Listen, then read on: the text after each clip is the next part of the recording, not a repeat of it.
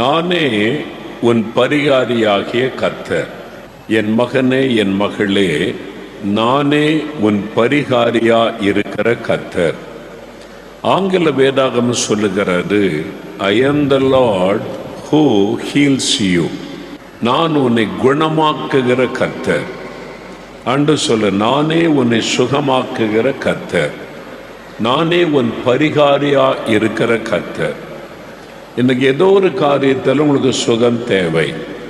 சிலருக்கு ஆத்மாவிலே சுகம் வேண்டும்.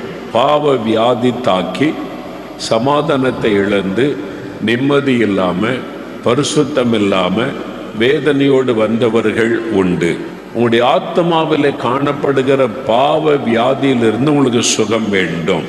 சரீரத்திலே சிலருக்கு வியாதி, எலும்பு பாதிக்கப்பட்டு விட்டது, நரம்பிலே பாதிப்பு இருக்கிறது, சிறுநீரகம் பாதிக்கப்பட்டு விட்டது, இருதயத்திலே வலி இருக்கிறது, ஒரு நோய் என் சரீரத்தை தாக்கிவிட்டது, அதனால் என் சரீரத்திலே வேதனை வலியோடு வந்திருக்கிறேன், சரீரத்திலே சுகம் தேவை.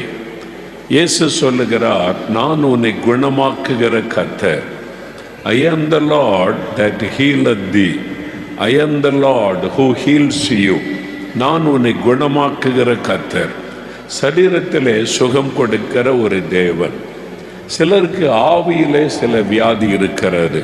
பயம், கலக்கம், மன அழுத்தம், குழப்பம், எதிலும் ஒரு ஸ்டெடியாக ஒன்று செய்ய முடியலை. ஏன் என் வாழ்க்கை இப்படி இருக்கிறது என்ற மனக்குழப்பம். ஆவியிலே ஒரு போராட்டம். உங்களுடைய ஆவியிலே ஒரு சுகம் தேவை. ஆண்டவர் சொல்லுகிறார், நானே உன்னை குணமாக்குகிற கர்த்தர் என்பதாக. ஆண்டவர் உங்களுக்கு வாக்கு கொடுக்கிறார், நான் உன்னை சுகமாக்குகிற தேவன். அதற்கு அருமையான ஒரு வார்த்தை சொல்லப்படுகிறது, நானே உன் பரிகாரியாயிருக்கிற கர்த்தர். இந்த பரிகாரம் என்கிற வார்த்தை கிறிஸ்தவர்களை விட கிறிஸ்தவர் அல்லாத மக்களுக்கு அதிகமாக விளங்கும். இந்து மக்களுக்கு அது அதிகமாக புரியும், இந்த பரிகாரம். ஏனென்றால் அவங்க வாழ்க்கையில் நிறைய அதை சந்திக்கிறார்கள். சில சமயத்தில் சொல்லுவாங்க, உங்களுக்கு தோஷம் இருக்கிறது, ஜாதகத்தில் தோஷம் இருக்குது, உங்களுக்கு இந்த நாட்களில் கிரகம் சரியில்லை, அதனால் உங்களுடைய பிள்ளை பாதிக்கப்படுறாங்க, அதனால திருமணம் நடக்க மாட்டேங்குது, அது மாதிரி சொல்லுவாங்க. சிலருக்கு நாக தோஷம் இருக்கிறது, அந்த தோஷம் இருக்கிறதுனால திருமணம் வாய்க்க மாட்டேங்குது, குழந்தை கிடைக்க மாட்டேங்குது, இப்படிலாம் பாதிப்பு இருக்கிறது. அப்போ இவங்க கேட்பாங்க, அதுக்கு என்ன பரிகாரம் செய்யணும்? எந்த ஒரு பிரச்சனைக்கும் ஒரு பரிகாரம் இருக்கிறது. அதனால் என்ன பரிகாரம் செய்யணும் அப்படின்னு கேட்கும்போது அவங்க சொல்லுவாங்க, இதுக்கு இவ்வளோ பணம் செலவாகும், இங்கே போய் இந்த காரியத்தை செய்யணும், இங்கே போய் இவ்வளோ பணம் செலவு பண்ணணும், இந்த மாதிரி செய்துட்டிங்கன்னா இந்த தோஷம் நீங்கிவிடும், இந்த பாவ தோஷம் நீங்கிவிடும், சாப தோஷம் நீங்கிவிடும், அப்போ உங்களுக்கு ஆசீர்வாதம் கிடைக்கும் என்றெல்லாம் சொல்லுவார்கள். அதனால் அவங்களுக்கு நல்லா தெரியும். நான் இந்து குடும்பத்திலேருந்து வந்ததுனால எனக்கும் அது தெரியும். ஏனென்றால் நான் சின்ன பையனாக இருக்கும்போது எங்கள் வீட்டில் ஜாதகம்லாம் பார்த்து அதுக்குன்னு ஆட்கள் இருக்கிறாங்க, வருவாங்க, வீட்டில் வந்து சொல்லுவாங்க, இதை செய்யுங்க, அதை செய்யுங்க, இந்த பரிகாரம் பண்ணுங்க அப்படிலாம் சொல்லுவாங்க. நிரந்தரமான ஒரு விடுதலை யாருமே சொன்னது இல்லை. ஒவ்வொன்றுக்கும் ஒன்று சொல்லிக்கிட்டே இருப்பாங்க. தொடர்ச்சியாக பரிகாரம் செய்து கொண்டே இருக்கிற சூழ்நிலை தான் உண்டாகும். இந்த மாதிரி பாதிக்கப்பட்ட நிறைய பேர் இந்த உலகத்தில் இருக்கிறாங்க. பரிகாரம் செய்தே லட்சக்கணக்காக பணம் செலவு பண்ணிட்டோம், ஆனால் ஒரு மாற்றமும் இல்லையே என்று கலங்குகிற மக்களும் உண்டு. இப்போ ஆண்டவர் இயேசு சொல்லுகிறார், மகளே பயப்படாத, மகனை பயப்படாத, நான் உனக்கு பரிகாரி. நீ ஒன்று செலவு பண்ண வேண்டாம், நீ ஒன்று அங்கே போன இங்கே போன உன்னை பரிகாரம் என்கிற பெயரில் உன்னை வேதனைப்படுத்தி கொள்ள வேண்டாம். நானே உன் பரிகாரியாயிருக்கிற கர்த்தர் அப்படின்னு ஆண்டவர் சொல்லுகிறார். எந்த பாவத்துக்கும் சாபத்துக்கும் தோஷத்துக்கும் பரிகாரி ஆண்டவர் இயேசு கிறிஸ்து. அவர் சொல்லுகிறார், நானே உன் பரிகாரியாக இருக்கிற கர்த்தர். இந்த வார்த்தை உங்களுக்கு சொல்லி இன்றைக்கு உங்களுடைய வாழ்க்கையில் இருக்கிற தோஷங்கள், பாவங்கள், சாபங்கள் எல்லாவற்றையும் கர்த்தர் மாற்றி உங்களுக்கு அற்புதம் செய்து உங்களை ஆசீர்வதித்து இந்த இடத்தை விட்டு அனுப்ப போகிறார். அதற்குத்தான் ஆண்டவர் உங்களை அழைத்து வந்திருக்கிறார். இந்த பாவ தோஷம், சாப தோஷம் இதெல்லாம் நீங்கி ஒரு ஆசீர்வாதம் உண்டாகணுமானா, நானே உன் பரிகாரியாயிருக்கிற கர்த்தர் என்ற வார்த்தை நிறைவேற வேண்டுமானால் நாம் என்ன செய்யணும்? இந்த வசனத்தில் ஆண்டவர் சொல்லுகிறார், என் பிள்ளைகளே, உன் தேவனாகிய கர்த்தரின் சத்தத்தை கவனமாய் நீ கேட்கணும். ஆண்டவர் என்ன பேசுகிறார் என்பதை நீ கவனிக்க வேண்டும். வெறும் பக்தியா இருக்கிறன்னு சொல்லி இந்த சாபங்கள் மாறாது, பாவங்கள் மாறாது. உன் தேவனாகிய கர்த்தருடைய சத்தத்தை நீ கவனமாக கேட்க வேண்டும். அதனால தான் நீங்கள் பாருங்க, நம்ம எப்போ கூட்டம் நடத்தினாலும் முதலாவது தேவனுடைய வார்த்தையை பிரசங்கம் பண்ணுகிறோம். இந்த வேத வசனம்தான் தேவனுடைய சத்தம், தேவனுடைய வார்த்தை. இதை முதலாவது பிரசங்கம் பண்ணுகிறோம். உன் தேவனாகிய கர்த்தருடைய சத்தத்தை கவனமாய் கேட்டு, ஆண்டவர் என்ன சொல்லுகிறார் என்று கவனமாய் கேட்டு, அவர் பார்வைக்கு செவ்வையானதை நீ செய்ய வேண்டும். ஆண்டவருடைய பார்வைக்கு செவ்வையான காரியத்தை நம்ம செய்யணும். இஷ்டப்படி வாழ்ந்து கொண்டு, இஷ்டப்படி பாவத்தில் வாழ்ந்து கொண்டு ஆண்டவர் நம்மை ஆசீர்வதிப்பார். இயேசுவின் மேல பக்தியாய் இருக்கிறேன் என்றால் ஆசீர்வாதம் வராது. ஆண்டவர் சொல்லுகிறார், ஆண்டவருடைய பார்வைக்கு செவ்வையானதை செய்யணும். தேவன் நம்மை பார்த்து கொண்டே இருக்கிறார், நம்மை கவனித்து கொண்டே இருக்கிறார். ஒரு திருமண ஏற்பாடு செய்தால் நீங்கள் வரதட்சணை கேட்குறீங்களா, நகை கேட்குறீங்களா, இன்னும் எதுக்கு முக்கியத்துவம் கொடுக்குறீங்க? இதெல்லாம் ஆண்டவர் கவனித்து கொண்டே இருப்பார். ஆண்டவர் நம்மை பார்த்து கொண்டே இருப்பார். நிறைய கிறிஸ்தவர்கள் அதை மறந்துவிட்டு நம்ம வாழுகிறோம். ஆண்டவர் நம்மை கவனிக்கிறவர், நம்மை பார்த்து கொண்டிருக்கிற தேவன். அவர் பார்வைக்கு செவ்வையானதை நாம் செய்ய வேண்டும். அடுத்தது, அவர் கட்டளைகளுக்கு செவி கொடுக்க வேண்டும். ஆண்டவர் என்ன கட்டளை நமக்கு எழுதி கொடுத்திருக்கிறார், அதுக்குத்தான் தினமும் வேத வாசிங்க, ஜெபம் பண்ணுங்க என்று சொல்ல காரணம், இந்த வேதத்தில் ஆண்டவர் நமக்கு இந்த எழுதி கொடுத்த கட்டளை இருக்கிறாரு.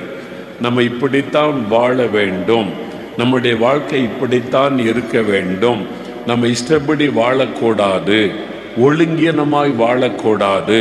ஒரு கிறிஸ்தவ வாழ்க்கை, இயேசுவை பின்பற்றுகிற வாழ்க்கைன்னா இப்படித்தான் இருக்கணும் அப்படின்னு ஆண்டவர் எழுதி கொடுத்திருக்கிறார். ஏதோ வேதம் வாசிப்பது, ஜெபிப்பது மாத்திரம் அல்ல, அந்த வசனத்தின்படி நம்மை வாழுவதற்கு அர்ப்பணித்து கொள்ள வேண்டும். ஒரு ஊழியக்காரன் எப்படி இருக்க வேண்டும் என்று ஆண்டவர் எழுதி கொடுத்திருக்கிறார். அதன்படி நான் வாழ்ந்தால்தான் என் ஜெபத்துக்கே ஆண்டவர் மரியாதை கொடுப்பார். நான் இஷ்டப்படி வாழ்ந்து கொண்டு நானும் ஊழியக்காரன், நானும் ஜெபிக்கிறேன்னா ஆண்டவர் அற்புதமும் செய்ய முடியாது, ஆசீர்வதிக்கவும் முடியாது. ஒரு ஊழியக்காரன்னா இப்படி தான் இருக்கணும் அப்படின்னு கட்டளை கொடுக்கப்பட்டு இருக்கிறது. அதன்படி நான் வாழ வேண்டும். ஒரு கிறிஸ்துவ குடும்பம்னா இப்படி தான் இருக்கணும், ஒரு கணவன் இப்படி இருக்கணும், மனைவி இப்படி இருக்கணும், பிள்ளைகள் இப்படி இருக்கணும், அந்த வீடு இப்படி இருக்கணும் எழுதி கொடுத்திருக்கிறார். அந்த கட்டளையின்படி வாழ நம்ம அர்ப்பணித்து கொள்ளணும். அப்போ அந்த வீட்டில் கர்த்தருடைய ஆசீர்வாதம் தங்கி இருக்கும். ஒரு கிறிஸ்தவ வியாபாரி அப்படின்னா இப்படி தான் வியாபாரம் பண்ணணும். உலக மக்களை போல கலப்படம் செய்வது, ஏமாற்றுவது, கள்ளத்தனம் பண்ணுவது இதெல்லாம் பிஸ்னஸ் நேக்குங்க. பிஸ்னஸில் இப்படி தான் செய்ய முடியும், அப்படி கிடையாது. உலக மக்களை போல பிஸ்னஸ் பண்ணக்கூடாது. வசனத்தில் சொல்லப்பட்டபடி உண்மையும் உத்தமமாய் நடக்கணும், மக்களை ஏமாற்றக்கூடாது, அதிக லாபம் வைத்து வியாபாரம் பண்ணக்கூடாதுன்னு பைபிளில் இருக்குது. இதெல்லாம் நம்ம கடைப்பிடிக்காம நம்ம ஆசீர்வாதத்தை பெற முடியாது. அதனால் தான் அவருடைய கட்டளைகளின்படி நடப்பதற்கு நம்மை அர்ப்பணித்து கொள்ள வேண்டும். ஒரு வாலிபன் எப்படி நடக்கணும், ஒரு வாலிப பெண் பிள்ளை எப்படி நடந்து கொள்ளணும், வயதானவங்கள் எப்படி நடக்கணும், ஒரு விதவையான பெண் எப்படி நடந்து கொள்ளணும், எல்லாமே பைபிளில் இருக்குது. அப்போ இதை கருமா வாசித்து நம்ம சும்மா பைபிள் வாசிக்கிறேன் ஜெபிக்கிறேன்னு சொல்லக்கூடாது. அந்த கட்டளைகளின்படி நடப்பதற்கு நம்ம அர்ப்பணித்து கொள்ளணும். ஆண்டவர் சொல்றார், இப்படியெல்லாம் நீங்க செய்யும்போது அவருடைய நியமங்கள் யாவையும் நீங்கள் கை கொண்டால் நான் எகிப்தியருக்கு வரப்பண்ணின வியாதிகளில் ஒன்றையும் உனக்கு வரப்பண்ண மாட்டேன். அப்போ ஆண்டவர் சொல்றார், எகிப்தியர் வியாதியினால கஷ்டப்பட்டாங்க, அந்த மாதிரி வியாதியை நான் உனக்கு அனுமதிக்க மாட்டேன், உன்னை வியாதி இல்லாமல் பாதுகாப்பேன் என்று ஆண்டவர் சொல்றார். இதுதான் பெரிய ஆசீர்வாதம். நம்ம பொதுவாக எப்போ ஜெபம் பண்ணுவோம்? வியாதி வந்த பிறகு சுகத்துக்காக ஜெபம் பண்ணுகிறோம். அந்த ஆண்டவர் நமக்கு என்ன வாக்கு கொடுக்கிறார்? வியாதி இல்லாத ஒரு ஆரோக்கியமான வாழ்க்கையை உனக்கு தருவேன் என்று வாக்கு கொடுக்கிறார். இதுதான் பெரிய ஆசீர்வாதம். எனக்கு வியாதியே வருவதில்லை, பலவீனங்கள் வருவது இல்லை, ஆண்டவர் என்னை பாதுகாத்து நடத்துகிறார் அப்படின்னு சொல்கிறோம் பாருங்க, அது ஒரு பெரிய ஆசீர்வாதம். அதில் தான் ஆண்டவர் சொல்ல, வியாதியை நான் வரப்பண்ண மாட்டேன், கொடிய நோய்கள் உன்னை பாதிக்கிற நோய்களை வரவிட மாட்டேன் என்று ஆண்டவர் வாக்கு கொடுக்கிறார். அதற்கு சில கண்டிஷன் சொல்கிறார். நீ இப்படிலாம் இருந்தால் நான் உன்னை பாதுகாத்து வியாதி இல்லாத வாழ்க்கை தருவேன். சாதாரண ஒரு வியாதிகள், ஒரு ஜலதோஷம் வருது, ஒரு காய்ச்சல் வருது, சின்ன தலைவலி வருது, சரியாக தூங்கலைன்னா ஒரு பலவீனம் வரும், சரியான நேரத்துக்கு சாப்பிடலைன்னா சில பாதிப்பு வரும், ஆரோக்கியம் இல்லாத உணவை உண்டா அஜீரணம் வரும். இதெல்லாம் நேச்சுரல், சாதாரணமாய் நடக்கிற விஷயம். கேன்சர் வியாதி வருது, ஆஸ்துமா வியாதி வருது, ஒரு ஆர்த்ரைட்டிஸ் வருகிறது, கிட்னி பாதிக்கப்படுகிறது, ஹார்ட்டில் பாதிப்பு வந்துவிட்டது, ஒரு மரண வியாதி வந்துவிட்டது. இதெல்லாம் கொடிதான இந்த நோய்கள். அதெல்லாம் வராதபடி நான் உன்னை பாதுகாத்து நடத்துவேன் அப்படின்னு ஆண்டவர் வாக்கு கொடுக்கிறார். நீங்கள் அதை சொல்லி ஜெபிச்சிங்கன்னா ஆண்டவர் உங்களை பாதுகாத்து நோய்கள் உங்களுக்கு பாதிப்பு வராதபடி பாதுகாத்து நடத்துவார். அப்படி ஒரு நோய் வந்துவிட்டால் நான் எங்கே தப்பு பண்ணினேன் அப்படின்னு யோசிக்கணும். நான் எங்கே தவறு செய்தேன், இந்த வசனத்தின்படி நான் வாழ்ந்தேனா, ஆண்டவர் சொன்ன கட்டளைக்கு நான் கீழ்ப்படிந்தேனா, எங்கே நான் தவறு இருக்கிறேன் என்பதை யோசித்து பார்த்து நம்மை சரிப்படுத்துவதற்கு ஒப்பு கொடுக்கணும். ஆண்டவரை, இனி இந்த பாவத்தை செய்ய மாட்டேன், நான் இந்த அநீதியாய் நடக்க மாட்டேன், இந்த மாதிரி ஒரு அக்கிரமம் செய்ய மாட்டேன், இனி நீதியாக நான் நடப்பேன், உம்முடைய கட்டளைகளின்படி நடப்பேன்னு ஒப்பு கொடுத்துட்டா உடனே ஆண்டவர் அற்புதம் செய்து விடுவார். அதுதான் அங்கே ஆண்டவர் சொல்லுகிறார். நீ கர்த்தருடைய சத்தத்தை கவனமாய் கேட்டு அவருடைய கற்பனைகளை கை கொண்டு நடந்தால் இந்த எகிப்தியருக்கு வந்த வியாதிகளை நான் வரவிட மாட்டேன், நான் உன்னை பாதுகாப்பேன் ஆண்டவர் சொல்றார். அடுத்த ஆண்டவர் சொல்ல, சரி வந்துட்டு ஒரு நோய் வந்துட்டு, பலவீனம் வந்துட்டு, பாதிப்பு வந்துட்டு என்ன பண்றது? ஆண்டவர் சொல்றாரு, நானே உன் பரிகாரியாயிருக்கிற கர்த்தர், நான் உன்னை சுகமாக்குகிற கர்த்தர், பயப்படாத, சோர்ந்து போகாத, நான் உன்னை குணமாக்குவேன், நான் உனக்கு அற்புதம் செய்வேன், நான் உனக்கு பரிகாரி என்று ஆண்டவர் சொல்லுகிறார். அவரால் எந்த வியாதியையும் குணமாக்க முடியும்.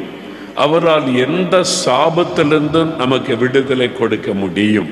அவரால் எவ்வளவு கொடிதான வியாதியிலிருந்தும் அற்புதமான சுகத்தை நமக்கு தர முடியும். டயபெட்டிக் பொதுவாக சொல்லுவாங்க, சர்க்கரை வியாதி வந்துட்டால் சுகமாகாது, சாகு வரைக்கும் அந்த வியாதி இருக்கும், நீங்கள் மாத்திரை சாப்பிட்டுக்கிட்டே இருக்கணும். இது மருத்துவம் சொல்லுகிற ஒரு காரியம். ஆனால் ஆண்டவர்கிட்ட வந்து என்ன சொல்லுவார்? சர்க்கரை வியாதியா மகளே, இந்த வியாதி வந்தால் என்னால் குணமாக்க முடியாது, என்ன அதுக்கு மருந்தே கண்டுபிடிக்கலை, மாத்திரை போட்டுக்க, அப்படியே வாழ்நாள் முழுதும் அந்த வியாதியோடு வாழ்ந்துக்க அப்படின்னு இயேசு சொல்லுவாரா? இயேசு சொல்ல மாட்டார். டயபெட்டிக்கை குணமாக்கும் இயேசு வல்லமை உள்ள ஒரு தேவன். ஆமென், அல்லேலூயா. அவர் பரிகாரின்னா சகல நோய்களுக்கும் பரிகாரி. டயபெட்டிக், சுகர் வியாதியிலிருந்து பூரண சுகம் பெற்ற அநேகரை எனக்கு தெரியும். 15 வருஷம் 20 வருஷம் டயபெட்டிக்கில் இருந்தவங்க இயேசு சுகமாக்கி டாக்டர்ஸை ஆச்சரியப்பட்டு போயிருக்கிறாங்க. இந்த மாதிரி அற்புதங்களை இயேசு செய்திருக்கிறார். நீங்க விசுவாசித்தால் இன்றைக்கு ஆண்டவர் உங்களுக்கு செய்வார். நீங்க விசுவாசித்தால் உங்களுக்கும் இந்த மாதிரி அற்புதம் நடக்கும். இப்போ சிறுநீரகம் பாதிக்கப்பட்டு விட்டது, ஒரு கிட்னி பாதிச்சிட்டு இன்னொரு கிட்னி 20% தான் செயல்படுது, டயாலிசிஸ் பண்ணணும். டயாலிசிஸ் செய்ய ஆரம்பிச்சிட்டா அவ்வளவுதான். இனிமே கிட்னி மாற்று அறுவை சிகிச்சை, வேற கிட்னி பொருத்தணும், இல்லாமல் சுகம் கிடையாது. இதுதான் மருத்துவம் சொல்லுகிற காரியம். டயாலிசிஸ் செய்ய ஆரம்பிச்சிட்டீங்க, அதனால இனி உங்களுடைய சிறுநீரகம் பாதிக்கப்பட்டு விட்டது, இனி சுகம் வராது, அது மரிச்சு விட்டது, அவ்வளோதான், அது செயல்படலை, அது மரித்து விட்டது, டெட். அதனால் வேறு சிறுநீரகம் பொருத்தணும் அல்லது சாகு வரைக்கும் டயாலிசிஸ் பண்ணி கொண்டே இருக்கணும். இது மருத்துவம் சொல்லுகிற ஒரு காரியம்.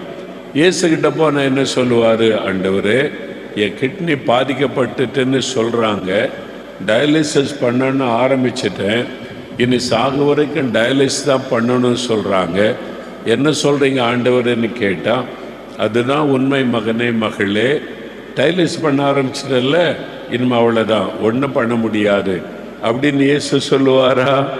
இல்லை.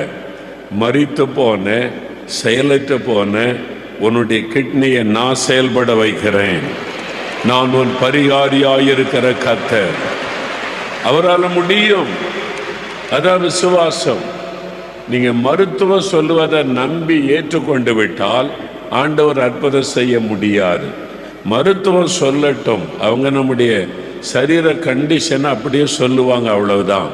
ஆனால் இயற்கைக்கு மேற்பட்ட அற்புதம் செய்கிறவர் இயேசு கிறிஸ்து. முடியாததை முடிய செய்கிறவர் இயேசு கிறிஸ்து. அல்லேலூயா. அவராலே முடியும். பாருங்க, அந்த தாயார் சாட்சி சொன்ன கணவருக்கு சிறுநீரகம் செயல்படலை, வீங்கி இருக்குது, கிட்னி வீங்கி இருக்குது, அதனால அந்த சிறுநீர் போவதற்கு பை கொடுத்துட்டாங்க. அதில் தான் சில மாதங்களாக இருக்கிறாங்க. கிட்னி இனி செயலற்று விட்டது, அவ்வளோதான், அது ஆப்ரேஷன் பண்ணணும், வீங்கி விட்டது அப்படிலாம் சொல்லிட்டாங்க. அவங்க பாருங்க, அந்த ஜெபிக்கலாம் நிகழ்ச்சியை பார்த்து கணவரும் ஜெபம் பண்ணுகிறார், அவருடைய மனைவியும் ஜெபிக்கிறார். 2 பேர் ஒருமனப்பட்டு விசுவாசத்தோட ஜெபிக்கிறாங்க. ஆண்டவர் உடனே அற்புதம் செய்கிறார். கிட்னி செயல்பட ஆரம்பிக்கிறாரு. டாக்டர்கிட்ட போய் கிட்னி செயல்படுது, அந்த டியூபெல்லாம் எடுத்துருங்க அப்படின்னு எடுத்துட்டா எல்லாம் நார்மல் ஆகிவிட்டது. டாக்டர்ஸுக்கு ஆச்சரியம். ஸ்கேன் பண்ணி பார்த்துருவோம். ஸ்கேன் பண்ணி பார்த்தா வீங்கி இருந்த கிட்னி நார்மலாகி மாறிவிட்டது. அந்த வீக்கத்தை காணவில்லை. டாக்டர்ஸ் ஆச்சரியமா கேட்குறாங்களாம், என்னாச்சு, எப்படி ஆச்சு இது?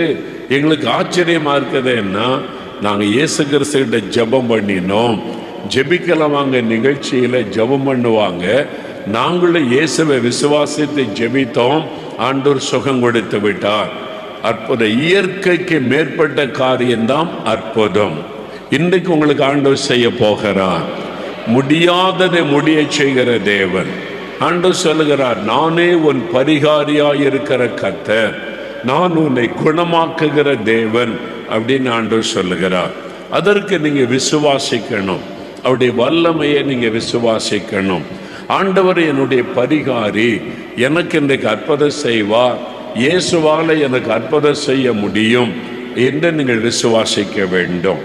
சரி, எந்த ஒரு காரியத்திற்கு பரிகாரம் என்று சொல்லும்போது, பாவத்துக்கு பரிகாரம், சாபத்துக்கு பரிகாரம், தோஷத்துக்கு பரிகாரம், இப்படி பலவிதமான காரியத்திற்கு பரிகாரம் செய்கிற காரியம் உலகத்திலே நடைமுறையில் இருக்கிறது.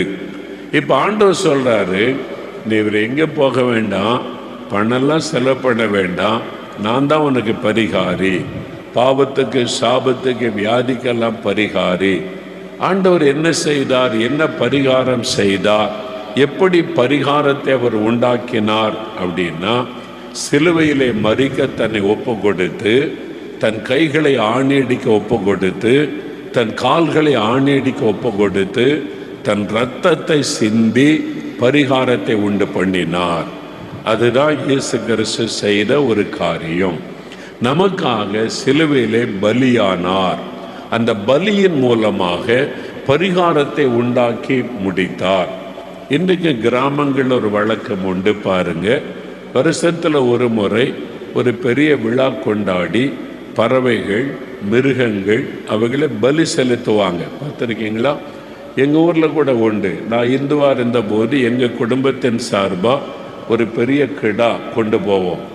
ஆடு கிடா அதுக்குன்னே வாங்கணும். வாங்கி இது கோயிலுக்குன்னே நேமிஷம் பண்ணி விட்டுருவாங்க. நாங்கள் கோயில் கிடா அப்படின்னா அதை அடிக்க கூட மாட்டோம். எனக்கு ஞாபகம் இருக்குது, சின்ன வயசில் எங்கள் வீட்டில் கருப்பு கிடா வளர்ப்போம். அதை சில மாதமாக நாங்கள் வளர்த்து பிள்ளைக்கு ஊட்டுவதை போல ஊட்டுவோம்.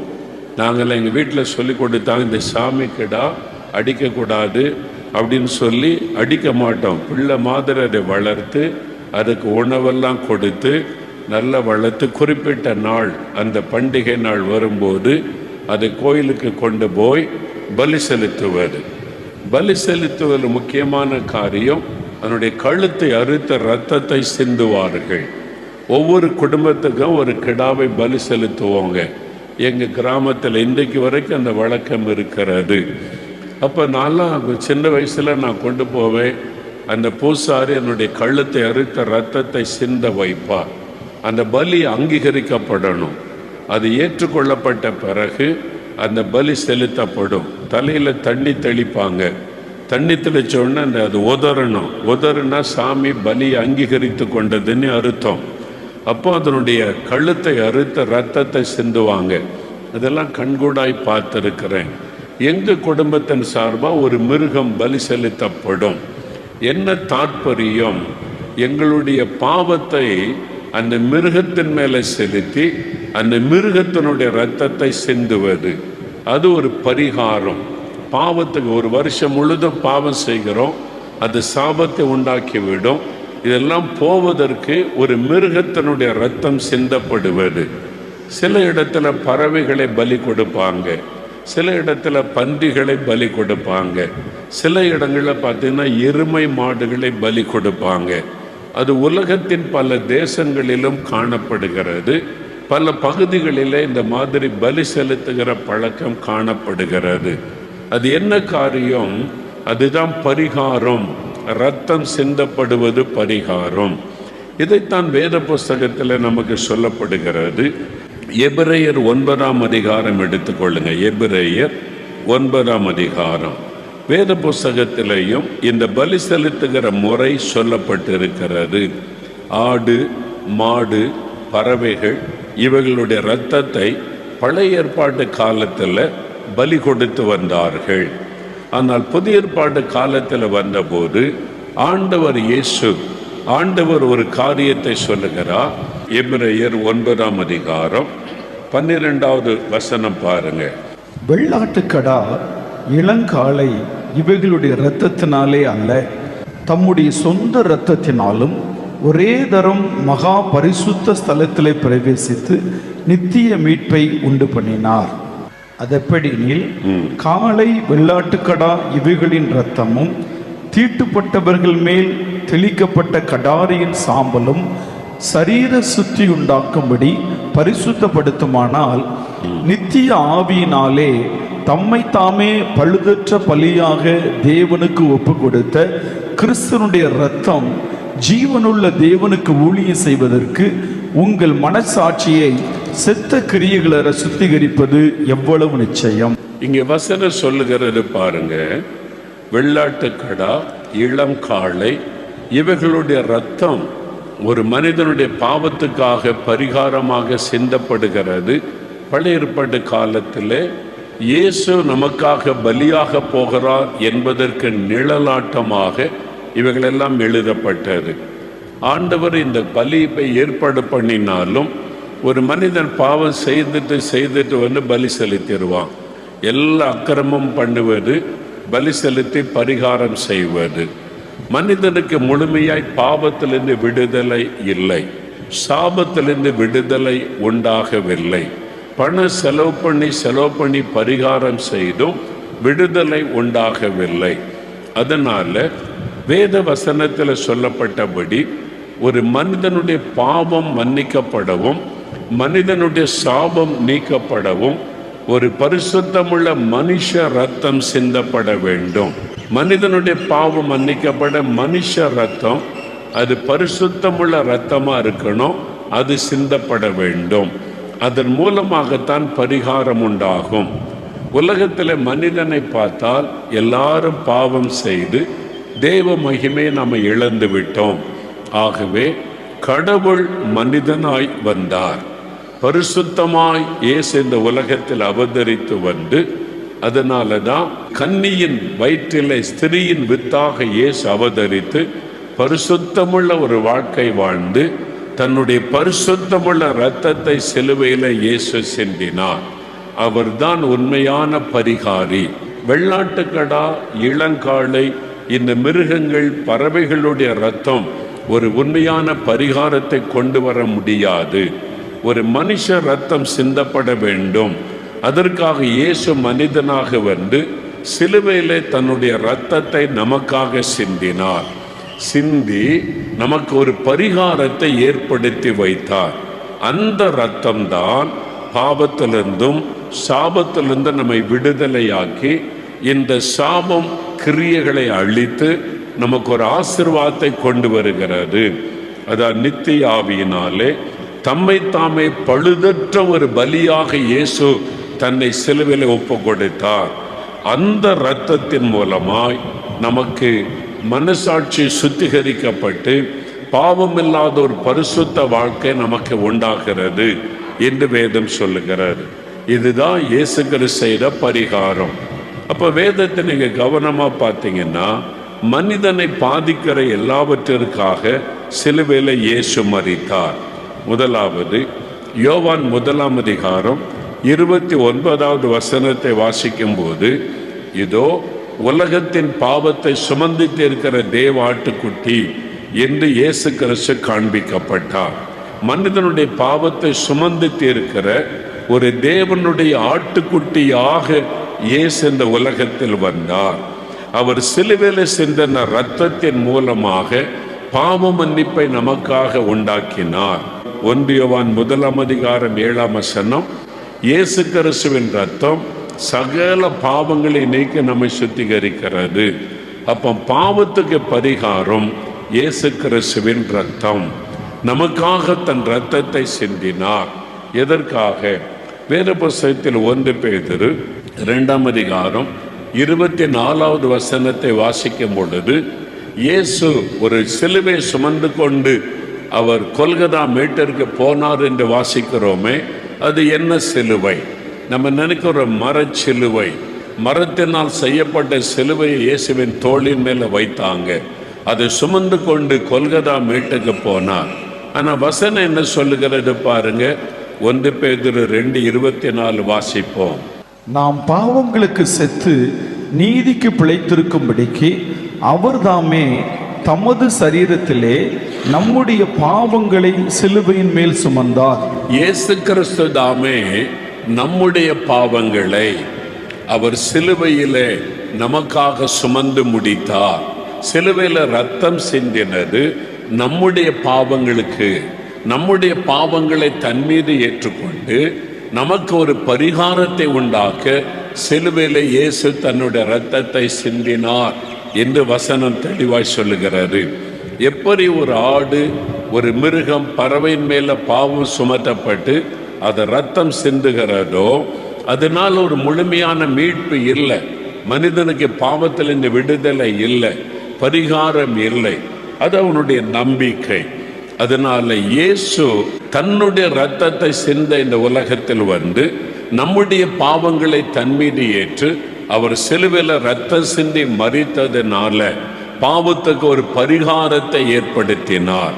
அதனால தான் ஒரு மனிதன் பாவத்தை விட்டு மனம் திரும்பி இயேசுவே என் பாவத்தை மன்னியும் என்று சொல்லும் பொழுது கண்ணுக்கு தெரியாத ஒரு அற்புதம் நடக்கிறது. இயேசு கிறிஸ்துவின் ரத்தம் அவனுடைய இருதயத்தை கழுவி சுத்திகரிக்கிறது. இயேசுவின் இரத்தத்தின் வல்லமை அவனை பாவத்திலிருந்து விடுதலை செய்கிறது. பாவ மன்னிப்பையும் பாவத்திலிருந்து விடுதலையையும் அவன் பெற்றுக்கொள்கிறான். அதான் பாவத்திற்கு பரிகாரி இயேசு கிறிஸ்து. பணம் கொடுத்து பாவ மன்னிப்பை பெற முடியாது. பணம் கொடுத்து பாவத்திலிருந்து விடுதலை பெற முடியாது. அது இலவசம். அது விசுவாசத்தினாலே பெற்றுக்கொள்ள வேண்டிய ஒரு ஆசீர்வாதம். எனக்கு ஒரு வாலிப சகோதரனை தெரியும். அவர் குடித்து குடித்து தன் வாழ்க்கையை கெடுத்து கொண்டார். போதை வஸ்துக்கள்லாம் பயன்படுத்த ஆரம்பித்தார். அதாவது போதை பொருட்களெல்லாம் பயன்படுத்தி எப்பொழுதும் குடி, போதை வஸ்துகள். அதனால அவருடைய குடும்பமே பாதிக்கப்பட்டது. அவருடைய தாயார், தகப்பனார், சகோதரர்கள் எல்லாருக்கும் பாதிப்பை உண்டாக்கினார். பாவத்தினுடைய விளைவு. ஏன் இந்த பாவத்தை செய்கிறீங்க, அது உங்களை பாதிக்கிறதில்லைன்னா விட முடியல, மதுபானம் குடிக்காமல் இருக்க முடியல, போதை வஸ்துகளை பயன்படுத்தாமல் இருக்க முடியல, நிம்மதியும் இல்லை, சமாதானமும் இல்லை, விடவும் முடியலை, என்ன பண்ணுவது? அப்போ இயேசு கிறிஸ்து உங்களுக்கு மன்னித்து விடுதலை தருவார். அவர்கிட்ட நீங்கள் பாவத்தை அறிக்கை செய்தால் இரக்கம் தருவார் அப்படின்னு சொன்னபோது அந்த வாலிபன் தன் வாழ்க்கையில் முதலாய் ஒரு நாள் இரவு நேரம் தன் வீட்டில் முதலாய் முழங்கால் படியிட்டு, இயேசுவே, என்னால் பாவத்தை விட முடியல, இந்த பாவம் என் சமாதானத்தையும் கெடுக்குது, என் வாழ்க்கையை அழித்து விட்டது, சாபம் என் வாழ்க்கையில் வந்து விட்டது, எனக்கு வேலையும் இல்லை, வருமானம் இல்லை, குடும்பமும் இல்லை, வயதாகிவிட்டது, எல்லா ஆசீர்வாதத்தை இழந்து நிற்கிறேன், நீங்கள் பாவத்தை மன்னிக்கிற கடவுள்னு சொல்கிறாங்க, என் பாவத்தை நீங்கள் மன்னிங்க அப்படின்னு ஜெபிக்க ஆரம்பித்தார். அப்படி ஜெபிக்க ஆரம்பித்த போது ஆண்டவர் அவரோடு கூட இடைப்பட ஆரம்பித்தார். எப்போ ஒரு மனிதன் பாவத்தை உணர்ந்து எனக்கு மன்னிப்பு வேணும், இதிலிருந்து விடுதலை வேணும்னு விரும்புவானோ அங்கே இயேசு அவனோடு இடைப்படுகிறார். உடனே பாருங்க, ஆண்டவர் இடைப்பட்ட உடனே அவருடைய உள்ளத்தில் ஒரு துக்கம் உண்டானது. ஐயோ, நான் எவ்வளோ பெரிய பாவி, எவ்வளோ பெரிய பாவம் செய்திருக்கிறேன். அந்த பாவ உணர்வு வந்த உடனே எங்கள் அப்பா அம்மாவை நான் துக்கப்படுத்திட்டேன், அவமானப்படுத்திட்டேன், உடன் பிறந்தவர்களெல்லாம் வேதனைப்படுத்திட்டேன், என் பாவத்தினால எவ்வளோ பேர் பாதிக்கப்பட்டு போனாங்க. ஐயோ, நான் எவ்வளோ பெரிய பாவி, என் பாவத்திற்கு எனக்கு தண்டனை கொடுங்க, தண்டனை கொடுங்க இயேசுவே, எனக்கு புற்றுநோய் வரட்டும், எனக்கு குஷ்டரோக வியாதி வரட்டும், எனக்கு பாவத்துக்கு தண்டனை கொடுங்க. அப்படி ஜெபிக்க ஆரம்பித்து விட்டார். அழுது அழுது ஜெபிக்கிறார். நான் பாவி, எவ்வளோ பேர் என்னால் பாதிக்கப்பட்டு போனாங்க, என் பாவத்துக்கு தண்டனை கொடுங்க, தண்டனை கொடுங்கன்னு அழுது ஜெபிச்சாராம். அவர் ஜெபித்து கொண்டிருக்கும் போது இயேசு பிரகாசமான வெளிச்சத்தில் தரிசனமானார். அந்த வெளிச்சத்தை பார்த்த உடனே இயேசு கிறிஸ்து அந்த வெளிச்சத்திலிருந்து அவரோடு பேசினார். ஆண்டவர் சொன்னார், மகனே, இனி உன் பாவத்திற்கான தண்டனை நான் கொடுக்க மாட்டேன். ஏன்னா உன்னுடைய பாவத்தின் தண்டனையை நான் சிலுவையில் ஏற்றுக்கொண்டேன். உனக்காக நான் அடிக்கப்பட்டேன், உனக்காக நான் சிலுவை சுமந்தேன், உனக்காக நான் ரத்தம் சிந்தினேன். உன் பாவத்திற்கு வரவேண்டிய தண்டனைகளை நான் என் மீது ஏற்றுக்கொண்டேன். உனக்காகத்தான் நான் சிலுவையிலே மரித்தேன். இனி நான் உன்னை தண்டிக்க மாட்டேன், நான் உன்னை மன்னிக்கிறேன், இனி பாவம் செய்யாதேன்னு சொன்னார். ஒரே ராத்திரிக்குள்ள அவருடைய வாழ்க்கை தலைகளாய் மாற்றப்பட்டு விட்டது. அதன் பிறகு குடிக்க முடியல, போதை வஸ்துகளை பயன்படுத்த முடியல, இருதயமே புது இருதயமாய் மாறிவிட்டது. ஒரு புதிய வாழ்க்கை ஆண்டவர் கொடுத்து விட்டார். அவருடைய குடும்பத்தாரெல்லாம் ஆச்சரியமா பார்க்கிறாங்க, எப்படி இவன் மாறினான். இயேசு கிறிஸ்துவின் ரத்தம் ஒரு மனிதனை மாற்றிவிடும். அவருடைய ரத்தத்தின் வல்லமை பாவத்திலிருந்து விடுதலை கொடுத்து வாழ்க்கையை மாற்றிவிடும்.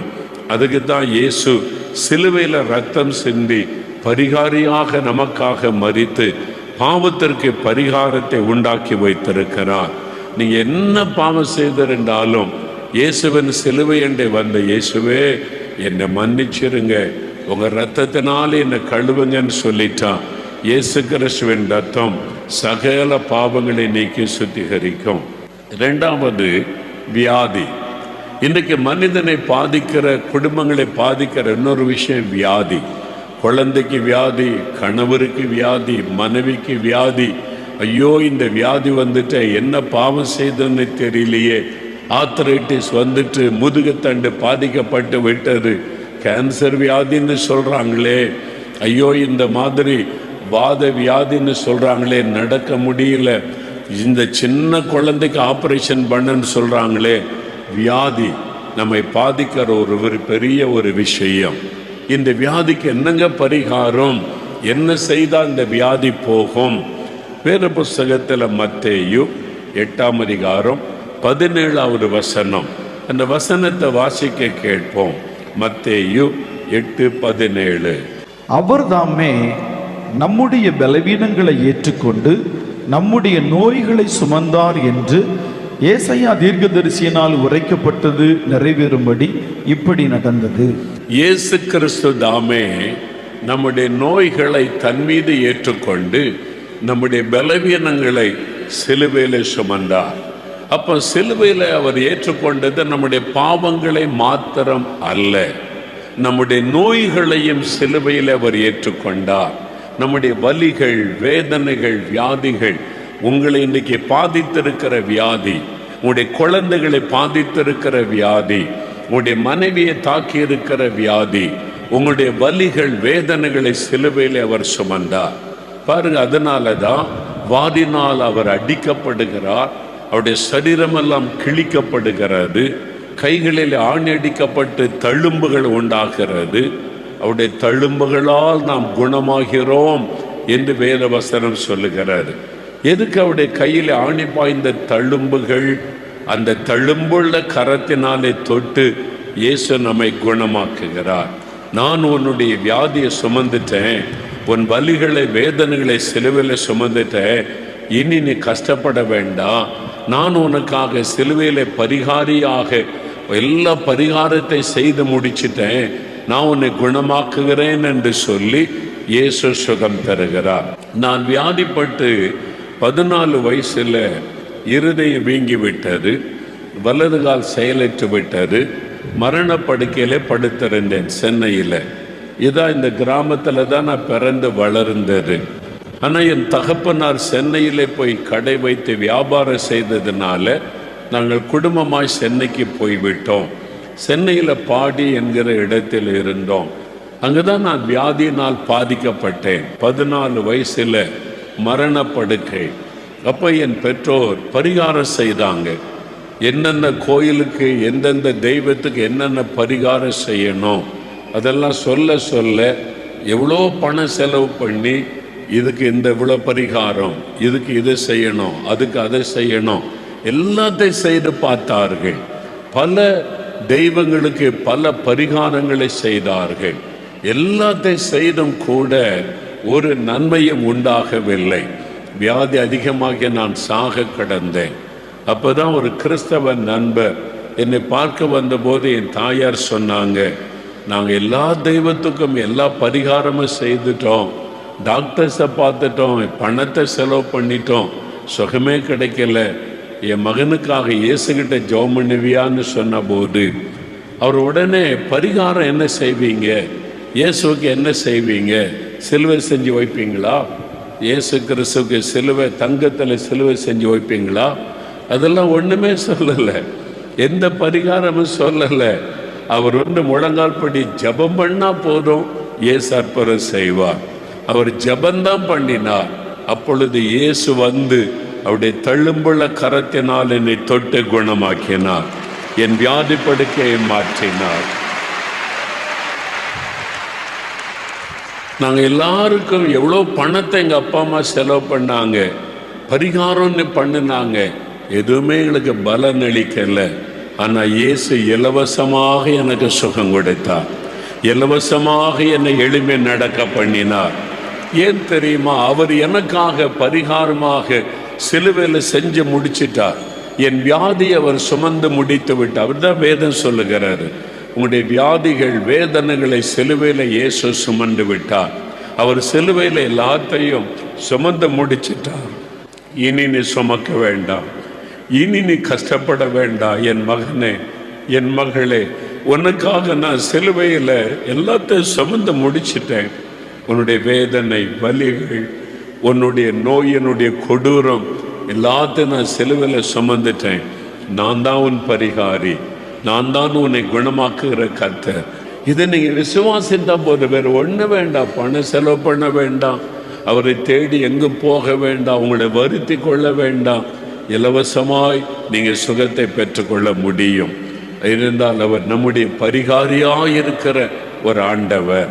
நம்முடைய நோய்க்காக சிலுவையில் எல்லாத்தையும் சுமந்து முடிச்சிட்டார். கனடா தேசத்தில் எனக்கு ஒரு சகோதரரை தெரியும்.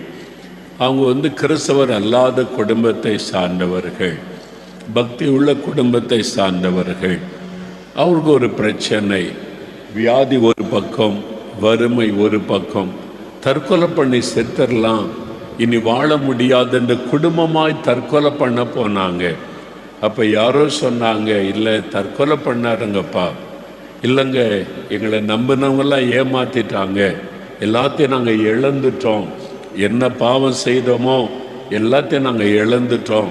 இலங்கையிலிருந்து அங்கே வாழ முடியாமல் கனடாவுக்கு வந்தோம், இங்கேயும் வாழ முடியாமல் எல்லாத்தையும் இழந்துட்டோம், தற்கொலை பண்ணி செத்துடலாம். இல்லை, உங்களை வாழ வைக்கிற ஒரு ஆண்டவர் இருக்கிறாரு, நீங்கள் அவர்கிட்ட போங்க, அவர் உங்களுக்கு அற்புதம் செய்வார். அப்படி ஒரு கடவுளா? நாங்கள் எல்லா கடவுளையும் வேண்டியாச்சு, எல்லாம் நாங்கள் பொருத்தனையும் பண்ணியாச்சு, பரிகாரமும் செய்தாச்சு, ஒருத்தர் எங்களுக்கு உதவி செய்யலையே. இல்லை, இதுக்கு பரிகாரம்லாம் வேண்டாம், இலவசமாக அவர் உங்களுக்கு அற்புதம் செய்வார். அந்த கடவுளை சர்ச்சுக்கு போங்க, அவங்க சொல்லுவாங்க அந்த கடவுளை பற்றி. சொன்ன உடனே அது எங்கே இருக்குன்னு தேடி கண்டுபிடிச்சி தமிழ் மக்கள் கூடி ஜெபிக்கிற ஒரு சபைக்கு அவங்க போனாங்க.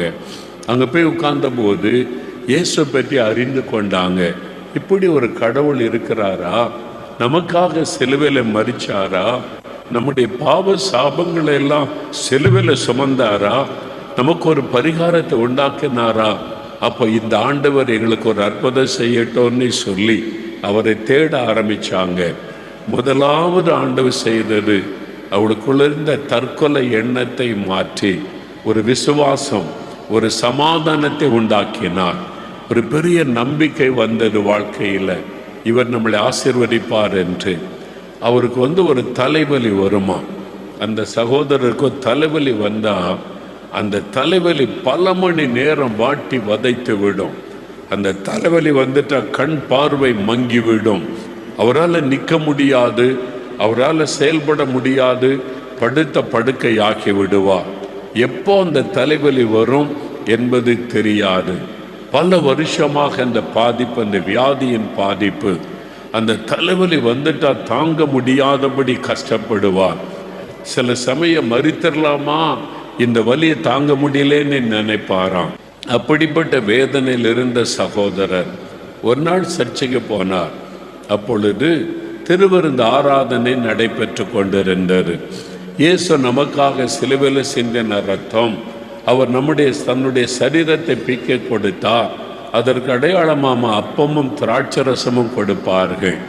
அந்த திருவிருந்து ஆராதனை நடைபெற்ற போது அவர் எழுந்து முன்னாலே சென்று முழங்கால் படியிட்டு அதை பெற்றுக்கொள்ள போனார். அப்படி போய் கொண்டிருக்கும் போது தலைவலி ஆரம்பித்து விட்டார். சர்ச்சைகள் இருக்கும்போதே தலைவலி ஆரம்பித்து விட்டார். அவர் நினைச்சார், இனி அவ்வளோதான், மயக்க மாதிரி வரும், கண் பார்வை அற்று போகும், பெரிய பாதிப்பு. ஆனாலும் கஷ்டப்பட்டு அந்த வரிசையில் போய் கொண்டிருந்தார். திடீரென்று அவருடைய ஆவிக்குரிய கண்கள் திறக்கப்பட்டது. ஒரு காட்சி அவர் பார்த்தாராம். தலையிலே முள்முடி சூட்டப்பட்டவராக இயேசு சிலுவையிலே தொங்குகிற அந்த தலையை பார்த்தார். தலையிலே முள்முடி சூட்டப்பட்ட ரத்தம் வடிந்து கொண்டிருக்கிறது. அந்த காட்சியை பார்த்தபோது அவர் கேட்டார், ஏன் எனக்கு இந்த காட்சி காண்பிக்கப்படுகிறது?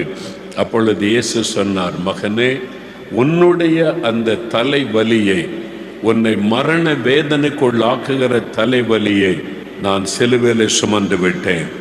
உனக்கு சுகம் கொடுப்பதற்காக சிலுவையிலே நான் சுமந்து விட்டேன். இனி நீ வேதனையோடு இருக்க வேண்டியதில்லை, நான் உன்னை குணமாக்குகிறேன் சொன்னார்.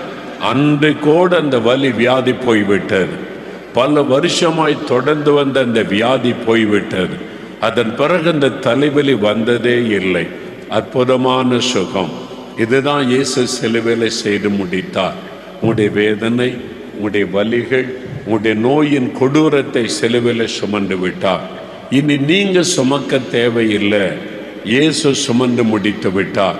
நீங்க விசுவாசித்தால் போதும், அவருடைய தழும்புகளால் குணமாக்கப்படுவீர்கள். மூன்றாவது, நம்முடைய வாழ்க்கையை தாக்குகிற இன்னொரு காரியம் சாபம். சாபம் பரம்பரையாய் தொடர்ந்து வரக்கூடிய சாபம், பரம்பரையாய் தொடர்ந்து வரக்கூடிய வறுமை, பரம்பரையாய் தொடர்ந்து வரக்கூடிய நோய்கள், தடைகள், அவமானங்கள், நிந்தைகள், ஒரு ஆசீர்வாதமே இல்லாத ஒரு வாழ்க்கை, சாபம் நம்முடைய வாழ்க்கையிலே தொடரும். வேத புஸ்தகத்தில் யாத்திராகமம் 20ஆம் அதிகாரம் 5வது வசனம், யாத்திராகமம் 34ஆம் அதிகாரம் 7ஆம் வசனம், இவைகளெல்லாம் வாசித்தால் 3ஆம் 4ஆம் தலைமுறை வரைக்கும் சாபம் தொடர்ந்து வரும். அது பிள்ளைகளின் பிள்ளைகளை பாதிக்கும் என்று வேதம் சொல்லுகிறது. சில பாவங்கள் நம்முடைய சமாதானத்தை கெடுத்து நம்முடைய சரீரத்தில் நோய்களை கொண்டு வரும். சில பாவங்கள் மரணத்தை பிறப்பித்து விடும். சில பாவங்கள் சாபமாய் தொடர்ந்து வரும். அந்த மாதிரி சில பாவங்கள் உண்டு. அதை சந்ததி சந்ததியாய் 3-4 தலைமுறைக்கும் அந்த பாதிப்பு இருந்து கொண்டே இருக்கும். இதைத்தான் சாபம் என்று சொல்லுவது. கர்மம் என்பதாக இந்துக்கள் சொல்லுவாங்க. என்ன கர்மமோ நம்மளை தொடர்ந்து வருது, அப்போ பெற்றோர் செய்த, அந்த தாத்தா முன்னோர் செய்த பாவம் கர்மமாக நம்மை தொடருகிறது என்பதாக மக்கள் சொல்லுவாங்க. அது உண்மை, அந்த பாதிப்பு இருக்கிறது என்பதை வேதம் சொல்லுகிறது.